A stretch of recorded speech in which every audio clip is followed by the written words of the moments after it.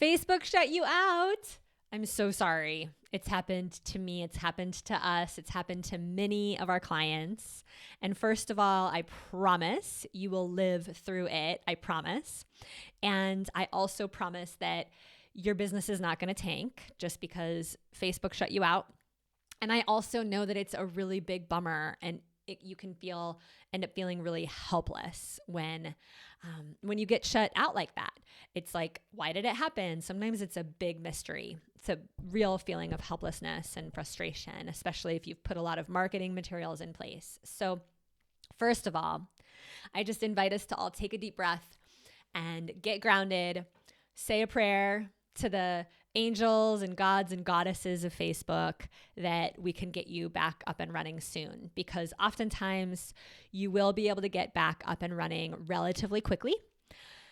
And so we just have to, right, not push against that which is happening and do our best to learn, get curious, and figure out what other strategies we can do to keep building our business. So let me give you a few things that we do and that we recommend our clients do when this does happen, aside from just continuing to say prayers to the Facebook, the Facebook gods and goddesses. So first of all, Facebook is amazing. Like, we can find clients pretty much for free, right? With no real cost or major ad spend on Facebook. We can promote events, we can boost events, we can do so much, and we have to stop and be appreciative of that and not get too entitled, like it has to work for me, this shouldn't be happening. We can't get too dependent, right, on Facebook. One of the big things here is to begin to diversify so that you're not totally dependent on Facebook. Now, if your account, your private Facebook account, private Facebook, personal Facebook profile got shut down, one thing to look at is, have you been sending too many messages on Facebook? So Facebook doesn't like it when you send more than, we've found, maybe 10 or 12 or 15 messages a day using their messenger system. And if you're copying and pasting and sending a lot of messages out, that can shut you down. So you want to be careful to personalize those messages. Don't do a lot of copying and pasting. Don't send more than 10 or 12 in a given day, because you'll just get flagged. Here's the thing. Facebook has bots, these, Facebook robots, they're called Facebook bots, and they're constantly going out through Facebook and patrolling to look for spammers, to look for people that are, over-promising, pyramid schemes, these sort of, out of integrity business owners, right? Out of integrity businesses, they're looking to shut those people down. And so we have to remember that part of why we all are going to get shut down by Facebook at some point is because Facebook is actually doing a pretty good job of, trying to keep the crap out of their system. And so, again, if you got shut down because you've been sending too many messages, if your personal profile got shut down, in my experience, they usually will open you back up within 2 or 3 days, usually. You can also, oftentimes, you can, at times, and I found this to not always be the case, but you can actually put in a ticket with Facebook, a support ticket, saying, hey, I don't know why my account got shut down. I'm a real human. Can you get me back up? So, definitely search for, and it's always changing where you do that on Facebook. Sometimes you can find it right inside of Facebook. Sometimes you've got to just Google Facebook support ticket, Facebook help. You can put in a ticket. Second of all, you're going to want to think about what you might have been promising that might be considered by Facebook to be a little bit unreasonable. Facebook doesn't like it when you make too many promises. If you make promises around, if you make promises around weight loss, if you make promises around promising that people can make money If you have success stories like we have from people that have made tens of thousands of dollars or hundreds of thousands of dollars with your system, or healed themselves from a disease with your system, that can be flagged by Facebook as, being out of integrity. So what you're going to want to do is you're going to want to clean up any of those promises that you're making. When we run ads on Facebook, we do not include some of our most impressive testimonials that have to do with dollar amounts. Instead we talk about, I was able to find more clients, I was able to double my income, things like that usually get passed by Facebook. But anything saying I made $10,000, I made $100,000, they're trying to cut down those get rich quick schemes, and they'll end up shutting you down as well because their bots don't recognize the difference. So don't make promises around weight loss, money, sexuality. Will shut down your account as well, because they're out there scouting for porn all the time. Now, for those of you that are running Facebook ads and you're starting to get dependent on Facebook ads like we are, we're putting thousands of dollars into Facebook ads a day a lot of the times throughout the year. You're going to want to make sure to have a backup Facebook ads account, because if your Facebook ads account gets shut down, it can be devastating to a launch. I've had colleagues that are in the middle of a 7-figure launch and they're spending tens of thousands of dollars on Facebook a day, and Facebook will just shut down their ads account and they're screwed. And so one of the things we recommend you guys consider doing is opening up a second Facebook ads account, and you can connect that second account to a different credit card number, and you can run some of your ads on that account. Because what happens is, if your Facebook ads account gets shut down and you've ramped up to spending $500 a day, when you open up a new account, oftentimes it won't let you spend that much money per day. It'll let you start with $10 or $20 or $40 or $50 a day. But Facebook doesn't want you, all of a sudden going in there and spending hundreds or thousands of dollars of ad spend on a brand new account, because, Facebook doesn't want to end up in a lawsuit over, your lack of results, blah, blah, blah. So what it's called seasoning an ads account to ramp up your account. So for those of you that are getting into a little bit more of advanced Facebook marketing, have a second account attached to a different credit card. And once you're spending more than, $100 a day, you're going to want to put some of those ads, run some of those ads through a second account, so that if one account gets shut down, you'll have that backup right there waiting for you. The other thing that Facebook is doing is cracking down on health-related Facebook groups where promises are being made, and they can shut down your group. If this happens, first of all, I'm going to invite you to not totally freak out. Don't decide that your business is over. If you had people following you on Facebook in that group, they're going to follow you other places too. So you can scoop them up other places. And this is one of the reasons why we absolutely recommend that you don't rely solely on the group alone, right?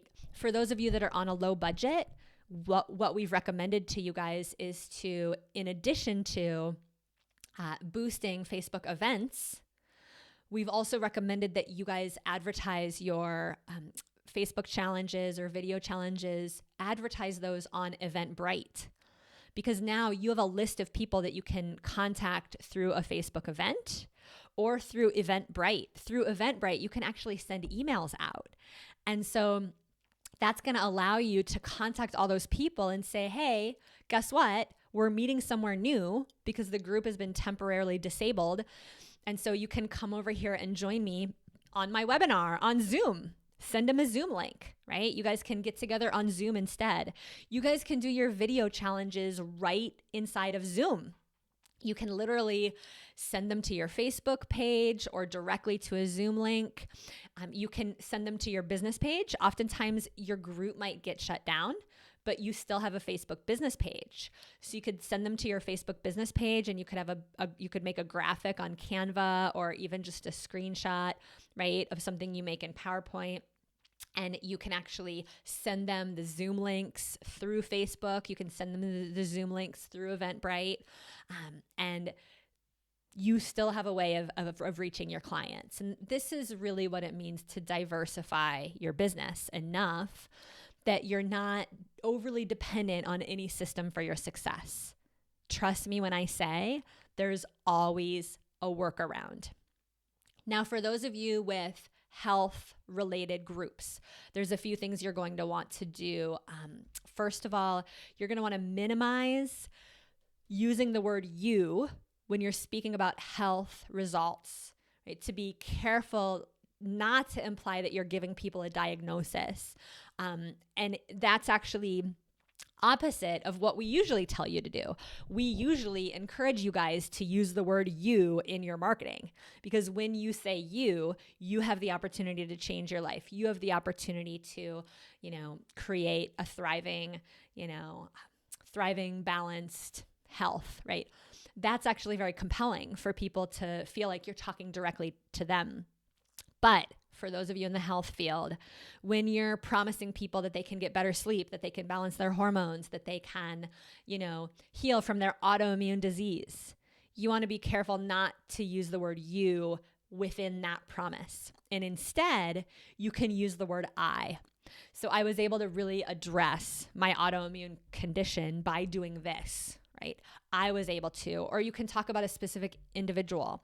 My client Anne had this challenge, and she took this course of action, and she was able to significantly reduce the amount of pain that she was experiencing, right, from her blah, blah, blah, right? So talk about I, talk about a specific individual. Don't promise you.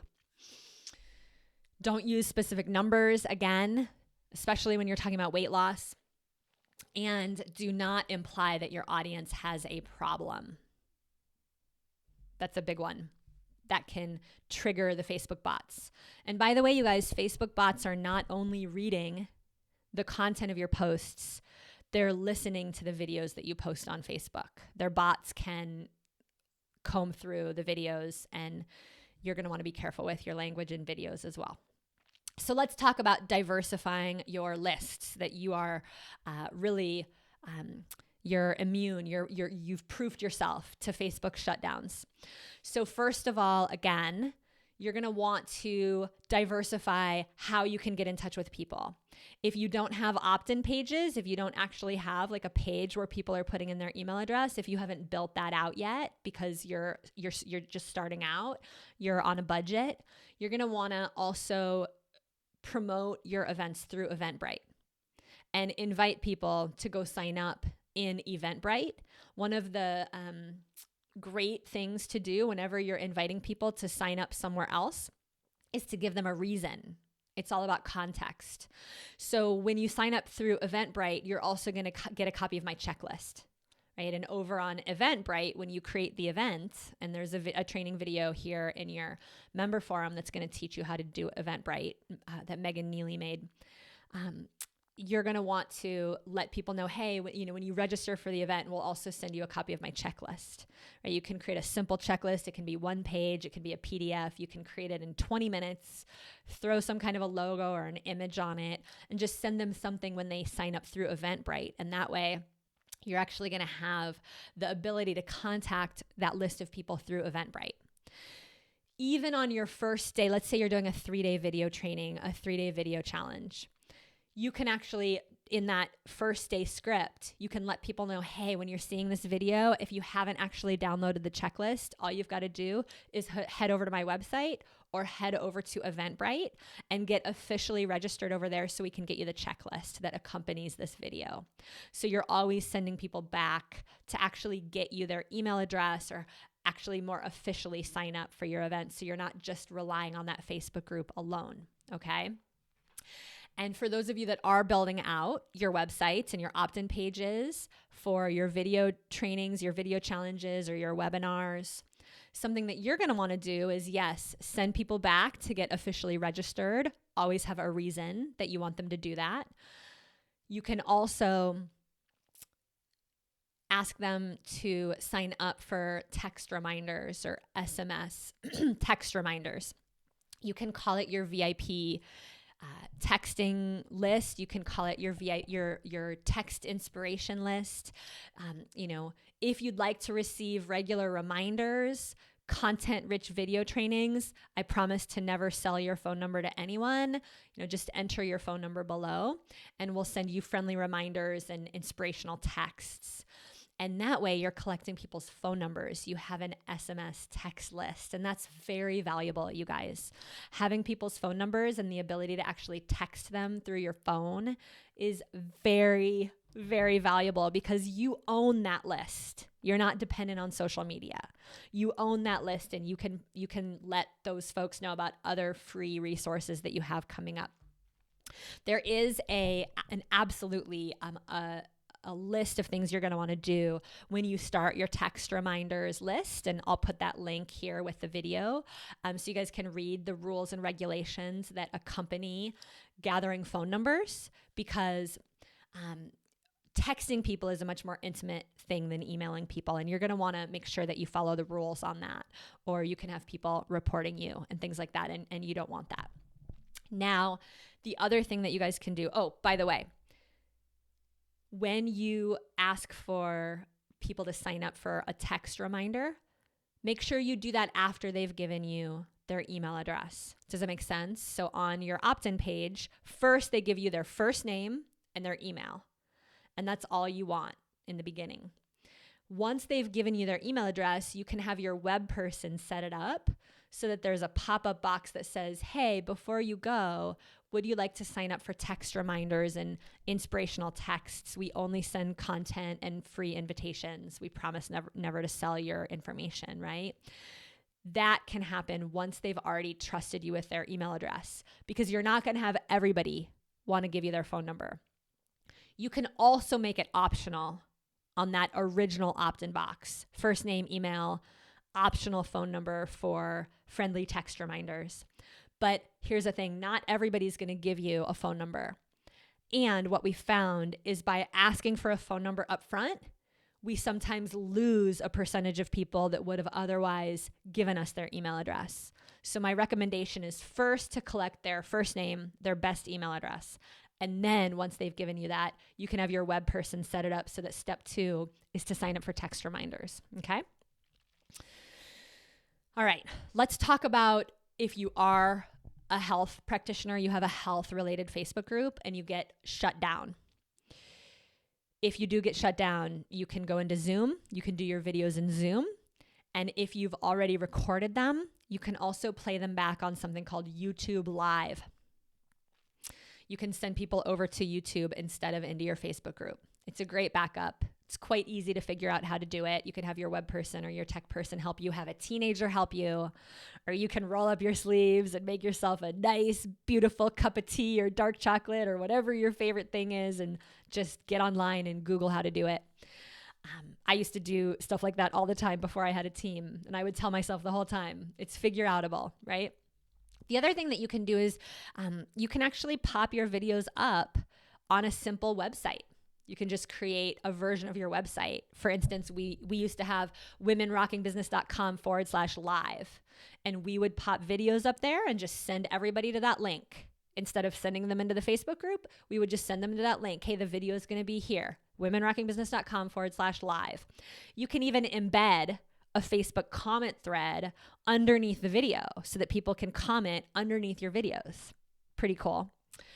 And you can use technology like Ustream.com to stream those videos live if you want people to feel like they're having an experience of you live. So I just gave you a bunch of resources. You're not going to have to do most of those things, but I just wanted to make sure you guys have as many resources as you can to work around your situation if you do get shut down. And again, for those of you just starting out, if you get shut down, you can still lean on Facebook events. Facebook is likely not going to take away your ability to post an event. And you can always lean on Eventbrite, and you can always lean on Zoom or YouTube Live. Zoom is not going to shut you out. You guys can do incredible things. You guys can do webinars. You can do your Facebook video trainings with Facebook events and Zoom. That's all you need. So there's some ideas for you. If for some reason you can't get in to set up a Facebook event because your personal profile has been shut down, I do know people that have set up a second profile and just, chosen a nickname or something like that just to get that second profile up.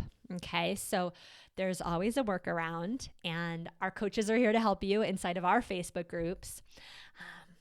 And I want to just, again, assure you that your commitment to build your business is much bigger than anything that Facebook could do or not do to you. So get online, find those workarounds. You've got this. I promise there's a solution. You've got this, you've got this, you've got this. And the cool thing is getting through these blips in your business is going to give you so much confidence that your business is so much bigger than these challenges, right? Your business is so much bigger. So when your intention is clear, nothing can go wrong.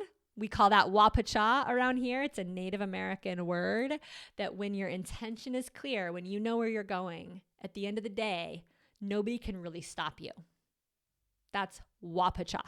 Nothing can really get messed up because there's always a solution. Wapacha. So in that vein, in that spirit, wapacha, your clients are waiting. They're not just waiting for someone like you. They're actually waiting for you. So let's keep rocking this. And we'll be in our Facebook groups, provided that they're open, waiting to support you. And if anything happens to the Facebook groups, we'll be emailing you to let you know where else you can find us. But your coaches and I have your backs, and we'll see you over there. Mwah.